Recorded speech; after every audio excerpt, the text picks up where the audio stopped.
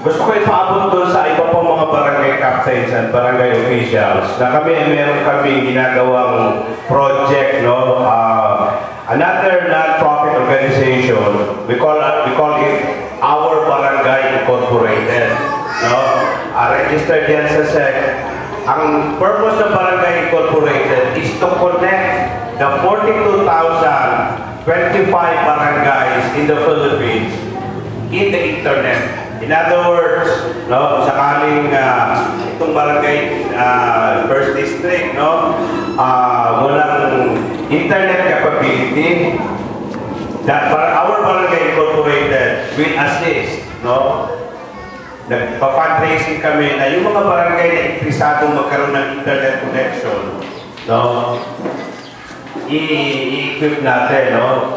Kung walang computers, fundraising kami para magkaroon ng computers.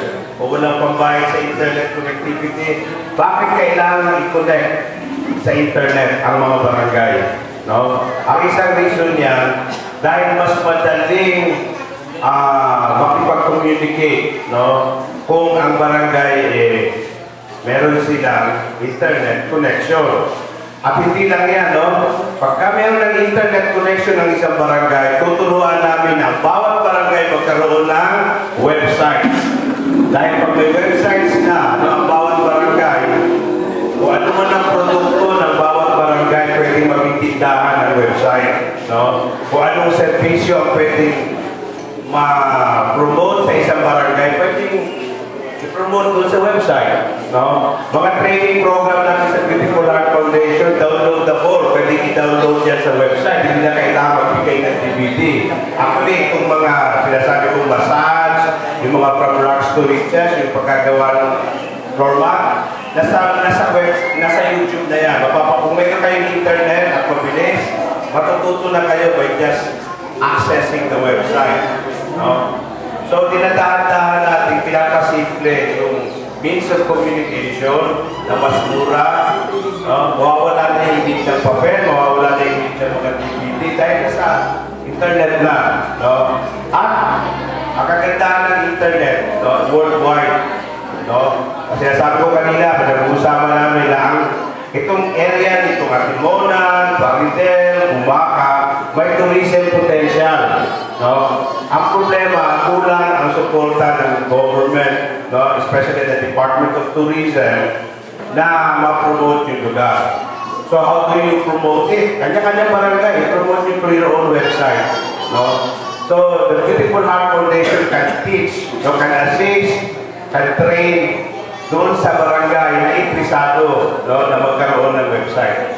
And tingnan natin, i-assess natin yung need. No, you just have to write this organization, Our Barangay Incorporated. So, I'm a member of the board.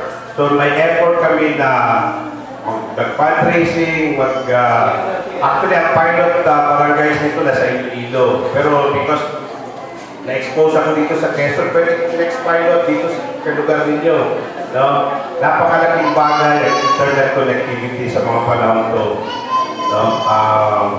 I don't know, pamilya sila.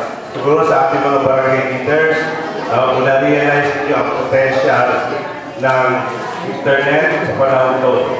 So, yun lang. Gusto ko ipara kasi baka mag-alisa na yung mga barangay captain.